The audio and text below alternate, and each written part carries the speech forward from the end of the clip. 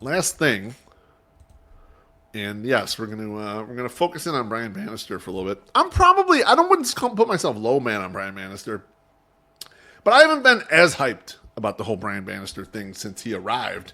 And the reason is, there have been successes, but also been a lot of failures. And one of the main failures, and I think that they're kind of getting it right so far this year, was the bullpen.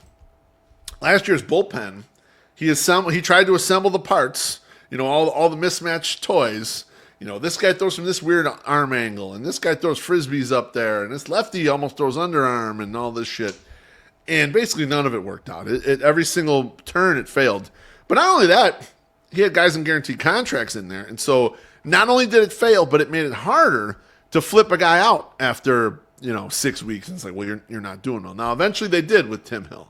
Eventually they did with John Brebbia. Eventually they got Dominic Leone's ass out of here. But it took a minute for them to do that. And not only did you have a team that cost you wins, for the average fan that just wants to watch. When I'm in the stadium, I want to see them win. When I'm watching on TV, I want to see them win. I know the greater picture, probably not that material, but it's material to me that night when they're trying to win, and that helped your team lose a lot more than it should have and probably helped you become that record-breaking team. But you also got nothing in return for it. Most teams can harvest quite a bit out of their bullpen. Yeah, maybe it's the 15th or 20th prospect in someone else's farm system. So fucking what? The White Sox are desperate for many of them guys, and they still haven't built up the depth that you really need to kind of build like a championship crew where you've got a lot filtering through there. So they still could have used that last year. The only guys who returned anything were Tanner Banks, a.k.a. Tanner Blanks, and Michael Kopech, which were incumbents. They were guys that were already here.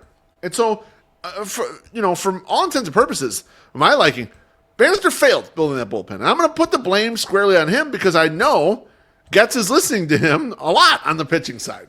So he fucked that up. Now, this year, it looks like they learned from their mistakes because what they did is something different.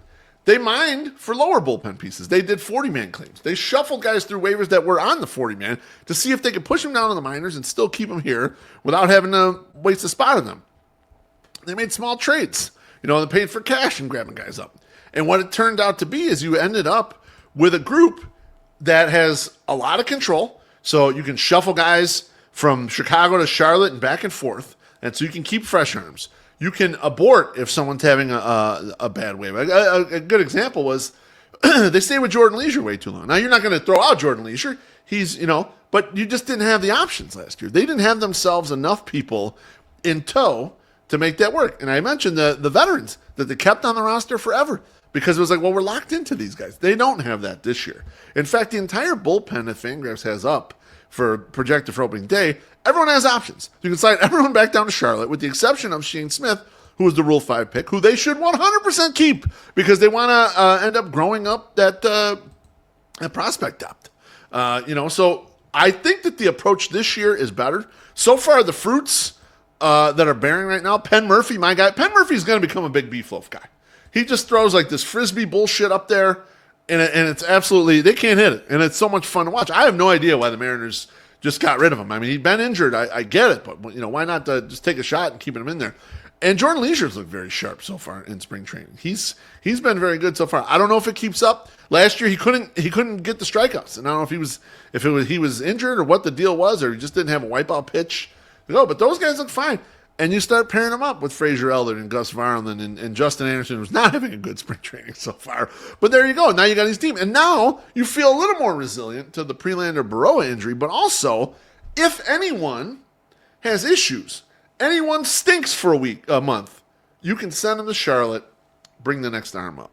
And that's how good teams operate their bullpens. And also, when you move on to that next guy faster, that guy might become the guy that you could flip to some other team and get their 15th rank overall prospect. So they've gone from the 2023 bullpen, which was all these high-cost paid-for guys that were locked in their spots. You couldn't do nothing with them.